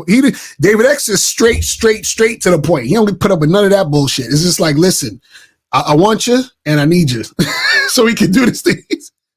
He's on that type of shit. Like, we can do this. Like, he did not give a fuck. Exactly. And David X is not the looks, money, status type of guy either. If you used to see him, and that nigga got pussy, he was getting women. So let's stop the bullshit. You feel what I'm saying? Oh man. So what are y'all thoughts on the Earth being flat? Also the moon landing being staged. What are y'all? This is a conspiracy theory. We're gonna talk about that on the next show, Courtney. Stay tuned. Right. This nigga's talking about flat Earths and shit. I think, you know what it is? I think some of y'all need real life friends because y'all be asking questions that like y'all just want to have conversations about random shit. You know what I'm saying? Listen, we love you guys, but damn, man, like we try to, you know what I'm saying? Says these fools leading on statistics, data, etc. and shit. Are they lazy, incompetent on learning real game? Well, the thing is that in order to learn real game, you actually have to apply yourself and take accountability and put in work. You know what I'm saying? And it's just easier to say, well, the stats say this, so I'm not gonna bother. You feel what I'm saying? It says, how do I know a girl like? I'm sorry. Can you go back to the question? Yeah. See, the thing is that it's not that they're lazy or incompetent or on learning real game. A lot of times they are afraid to make their own decisions. That's what it's about. Right. That's true. That's what it's about. That's what it's really about. They are afraid to live an authentic experience with their own identity. Mm-hmm. Because people, look, nature and God already decided that you're different from everybody else on the planet. Right. Now, the brave people embrace that truth. Mm-hmm. Just I'm different from you. Right. So I'm it's already built in my mind that I know that we're not going to agree on everything, and that's okay. Right. I know that we're not going to like the same bitches. We ain't going to like the same food. We ain't going to think the same. We ain't going to act the same. We're not going to use the same words. Our voice is different. Everything about us is different. Mm-hmm. You have some people who embrace that, and that's how they live their life. And then you have the sheep who spend their entire life trying to be the same as everybody else. Right. You understand? So it's not that they're lazy. They are afraid. Mm-hmm. They're afraid. And then they lean on statistics because the numbers make them feel comfortable. Right. The numbers make them feel comfortable because all of these dudes, all of these different dudes all over YouTube. Mm-hmm. If you believe that every Western woman is a sprinkle chick, right, and you come on. Think about this. Every other guy on YouTube is telling you, yo, these Western modern women, bro, the juice ain't worth the squeeze. All of them are on some bullshit, bro. Mm-hmm. Just go overseas, man, or just go your own way. You don't even have to do anything with them, man, because it's never gonna work out. And right. All of them are gonna, ruin your life and take you to divorce court, bro. Mm-hmm. And then you come over to us and we tell you, hey, man, if you guys want to get good at fucking with women, you got to talk to 25 women a day. Mm-hmm.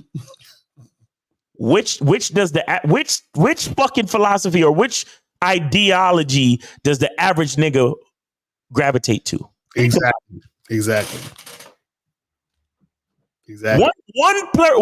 One section is telling you none of these women are worth anything. Run over, go run. Mm-hmm.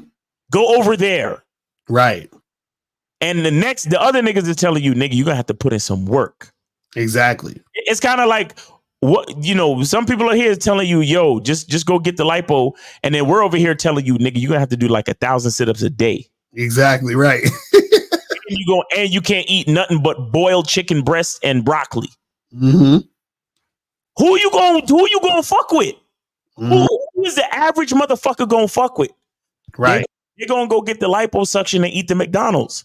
Mm-hmm. Because it's easier. Right. Do you understand? It's easier. They're not gonna want to fuck with us. Real talk. That's literally what it is. So that's why they got all the fucking numbers. Mm-hmm. Because the shit that we're saying, only a few people want to hear. Right. And God bless the people that want to hear it. That's what it got. That's it. Exactly. So this says, how do I know a girl likes me for being me and not just because I'm learning game and female psychology? What?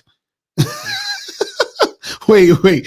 Are you saying like, how do I know she likes me for me and she doesn't just like me because I have game? Well, if you have game, that's you. What are you talking about? That's encompassed within you. What do you mean? You see what I'm saying? Like y'all be thinking again, y'all thinking it's some separate shit. Y'all thinking game is like you putting on a hat or some shit. No, this is why we say the truth is inside you. That's why we talk about your masculine identity. You see what I'm saying? Mm-hmm. Oh, that's what it is. Game is knowledge itself. Game is knowledge itself. So if the chick likes you because you're learning game, that's a good thing. Right. So can you be book smart and put that heavy game on her at the same time? Yeah. I mean, but you're not trying to be book smart to use that as some type of thing to like attract the woman, because your book smarts are not what attract the women. I don't care how much they talk about they love sapiosexuals and all that other stupid shit. You understand what I'm saying? It's the woman is attracted to who you are, not the fact that you know your timetables and shit. You know what I'm saying? Like that's not really gonna do nothing. So this says, are there some females out there who will never follow any man, no matter how attracted they are to him? I don't think so, because what happens is that, you know, when they say everyone has a price, so every chick is going to meet some dude that's going to be the guy for her. You understand what I'm saying? Or multiple guys, that's the guy for her. You see what I mean? A lot of times when women aren't following the guys because they're not feeling that guy. You see what I'm saying? But there, unless a woman has severe mental problems, which causes her to just be out of there, you understand what I'm saying? Then that's one thing. But you know, the average chick, she's gonna follow somebody. So if you're that guy, she'll follow you. It says, but wouldn't y'all agree some statistics are true, like divorce rates skyrocketing, men turning feminine, and the rise of people living paycheck to paycheck? What? Yeah, let's say for sake of argument, that's all true. What does that have to do with you? You see what I'm saying? That's really the thing. Let's say all the statistics are true. Everything they're saying is true. What does that have to do with you? You see what I'm saying? Because this is the thing. If they're saying that the divorce rates are skyrocketing or men are turning feminine, are you turning feminine? No. Then what the fuck they got to do with you? You see what I'm saying? You know what, Juju? Let statistics be the reason why you start sucking dick. Right. Exactly. It says, no, go back, because listen, the percentage of LGBT demographic is growing every year. Right, Juju. Mm-hmm. The amount of men that identify as gay in society, it's growing by at least 1% to 2% every year based on statistics. Right. So Juju, just start sucking dick now. So you can beat the curve, bro. Right? That shit crazy. Yes. Yes. Seriously, every year, Juju, every year, there are more homosexuals in society. Mm-hmm. There are more queer people. There are what you see, and shout out to the LGBT blah blah blah community. Because there is, in case you guys never realize, there is a reason why they created the idea of the LGBT blah blah blah blah community. Right. Because check this out. The group altogether accounts for I looked this up. The group altogether accounts statistics, right? The group altogether accounts for 7.1% of the population in America. 7.1. But check this out. If you was to separate the groups and like, let's just say we were only counting the L's, the lesbians. Right. It'd probably be less than 1%. If we were only counting the gay men, probably be less than 1%. But when we say LGBT, blah, blah, blah, blah, and we bring them all together, then their numbers look stronger. Right.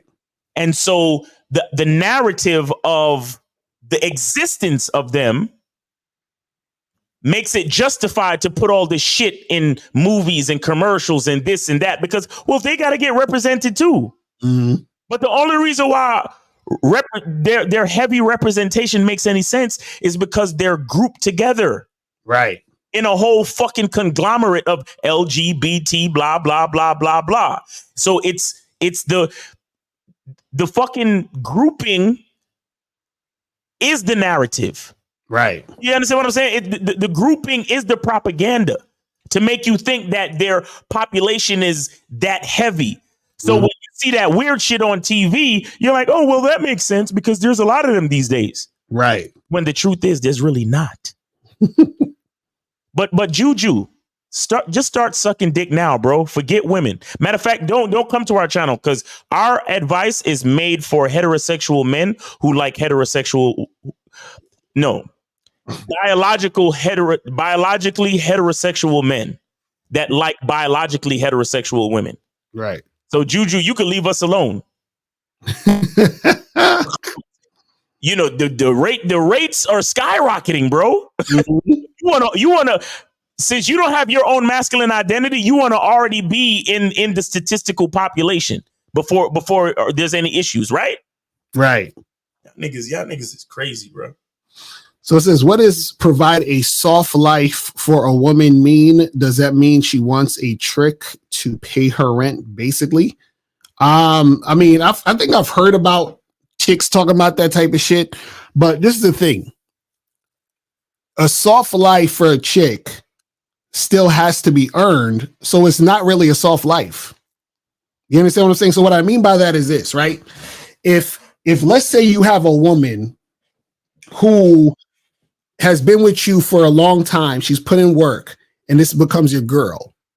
And then let's say she reaps the benefits off of being your girl, which causes her to have certain things in her life that are extremely beneficial to her, right? Because she's with you and she's been cooperating with you for a long time. The cooperation is still happening on a consistent basis, even though she may have things easier than the next woman because she has a man in her life. But her having that man in her life is directly correlated to the work she's put in. So it's almost like saying, for example, it's like an entrepreneur saying they have a soft life, meaning they have shit easy because they have a lot of money, but they had to put in a lot of work to get the money. And then they still have to put in work to maintain it. You see what I'm saying? So it's the same concept. You see what I mean? The problem is that sometimes a woman say this, they're talking about, yes, some trick who might just, give them something for nothing. And that's what most guys do. That's why a lot of guys are angry, because they give women something for nothing. And then when the woman just uses them up and plays them, they feel some type of way. But that's their fault as men for doing that bullshit. You know what I'm saying? It says, wait, when she says your place is nice means he ain't fucking, where does that stem from? I'm curious. That was earlier. So basically what we're saying is sometimes what happens is that a lot of you guys, when y'all be cupcaking and doing all that romantic, chivalrous, fucking gentlemanly shit, they say, oh, I can't fuck him now. I gotta wait. I got because what you guys are gonna understand is that when you give women that type of energy, they put you in basically the beta male category. So they say, oh, he's one of these guys. So women know what side of them to show you. So they're like, oh, he's this guy? Okay, I'm gonna play the good girl. Oh, he's this guy, I'm gonna be the slut for tonight. You see what I'm saying? So you basically ignite what the woman presents to you. You see what I'm saying? Y'all don't understand. That's why we tell you guys build sexual tension. That's why we tell you guys try to smash by the second fucking time at least. Make that shit a situation so that even if this is a girl you want to be a girlfriend, at least you already know from the jump she has sexual interest in you. Right. You see what I'm saying? Because when a woman waits, you don't really know she has sexual interest in you. She could just have relationship interest in you. That doesn't mean she has sexual interest in you. You see what I'm saying? Now, it doesn't necessarily mean she won't have sex with you, but what I'm saying is that because she may not have sexual interest in you, you could potentially be dealing with a woman who's going to be a time waster or a woman you're going to get into a relationship with who doesn't have sexual interest in you. Exactly. And you got to understand, too, that women get offered sex a lot. Mm-hmm.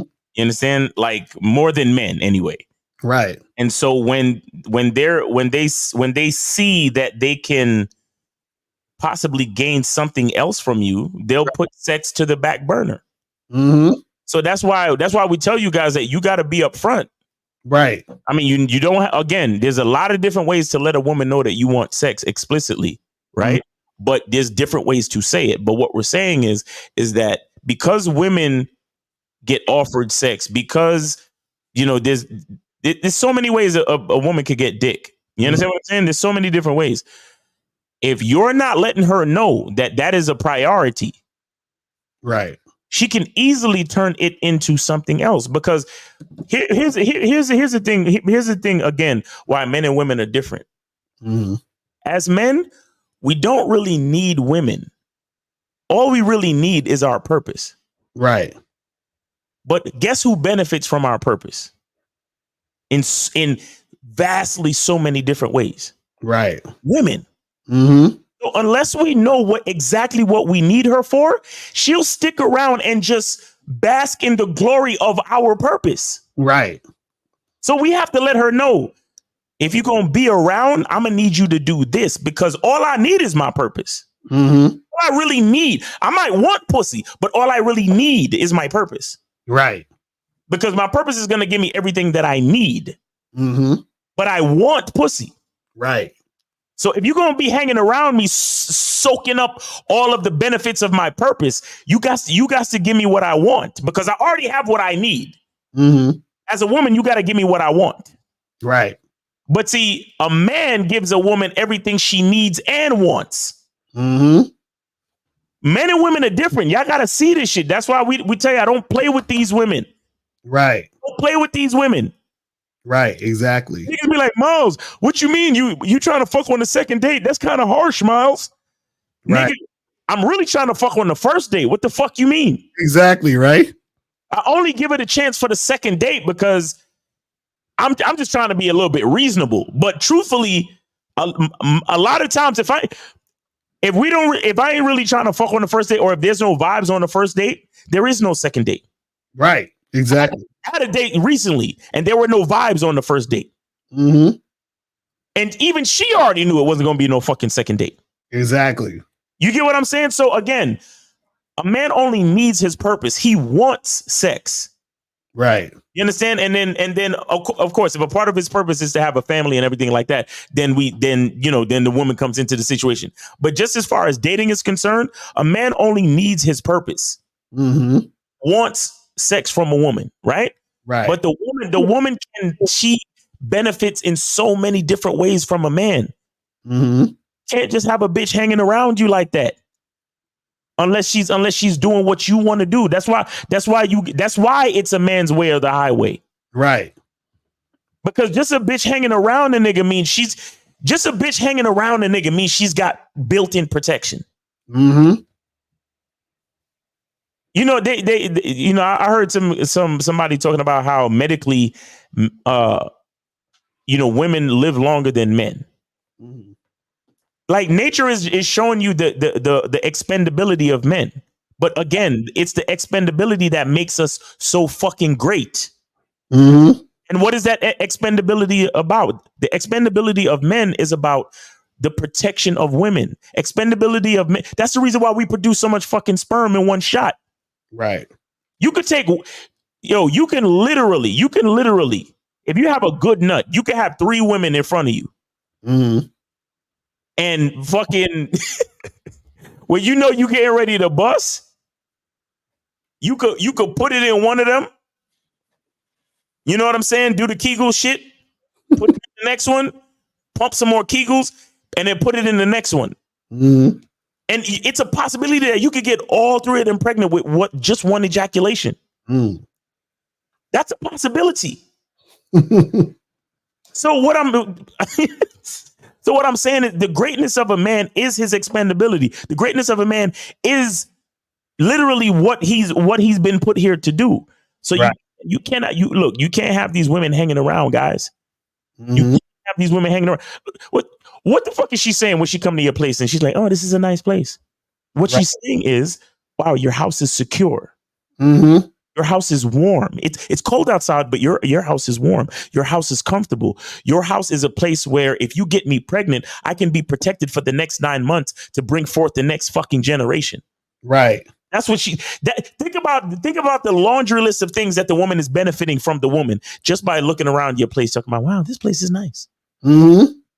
So the whole time she chilling up in your place and your dick is hard as a rock and she want to watch Netflix and listen to music. Right. and you over here letting it happen like, well, she's cool. It's no big deal. Let me just let her hang out. Mm-hmm. Y'all niggas is wild, bro. Terrible.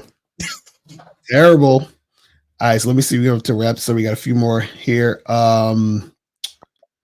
Says, at what point is digging too deep on personal questions for screening purposes?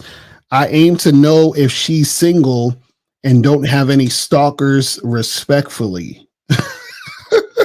Listen, guys, some of the stuff y'all think about or worry about is, again, let's use statistics. There's a small percentage of chance that will even be an issue, that she has some stalker or some crazy shit going on that's going to be an issue for you meeting her for coffee. You understand what I'm saying? It's like it's really not that serious. You see what I'm saying? So the thing is that, worrying about the things that most likely won't happen is a waste of time. You see what I mean? Like it's not anything that it's like me saying to Miles, hey Miles, I want to go to play the lottery, but if I win, how am I going to deal with like everyone coming at me trying to get money from me? It's like why would we even talk about this? Like, it's most likely not going to happen. Like, relax. You know what I'm saying? It's not that serious. All right. So this says, if a chick you just met says, I love you, does it matter if you say it back, even though y'all probably never see her again? What? Yeah.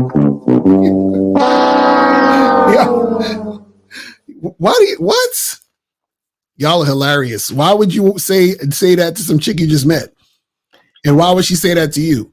See, again, this is another situation where that's most likely not going to happen. You see what I'm saying? You're not going to be on a date with a chick getting a drink. She'll be like, oh my God, I love you. And if she says that, that would be a joke, most likely. You feel what I'm saying? Not anything you take seriously. You feel what I mean?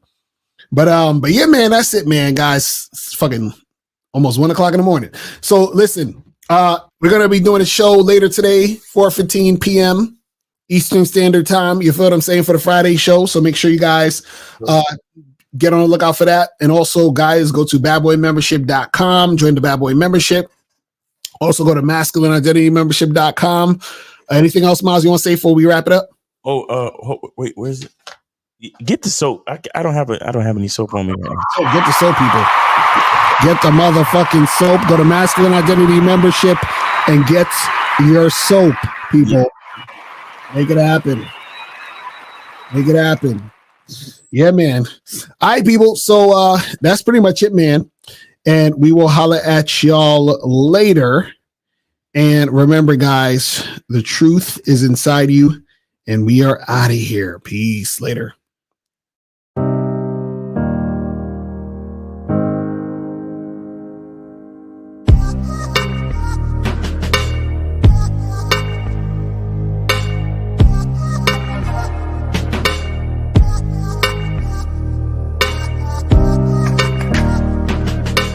We're here to define what a man is, right? Responsibility creates struggle, struggle creates strength, and strength creates structure.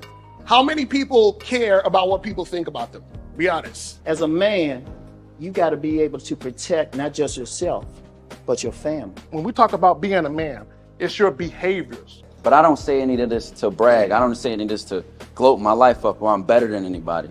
I start crying. I'm like, why am I crying? And so what I realized was, you put yourself in a target-rich environment. You are the only woman that paid for a ticket to come to this event. If you're trying to teach your daughter to be around a certain man and you're not that man yourself, she gonna choose you. Hey, let me not touch this nigga. He too clean. Where is that on you? It's not on me. It's not on you. The only reason why it's not on you is because you didn't choose it. Find the women who can actually help you build. And here's some deep game for you. You don't have to have sex with all of them. Since 2016, I've been following Lucario and Miles. Y'all changed my life. Followed by Uncle Ram. So ever since then, I've been getting a little bit of too much ass at times.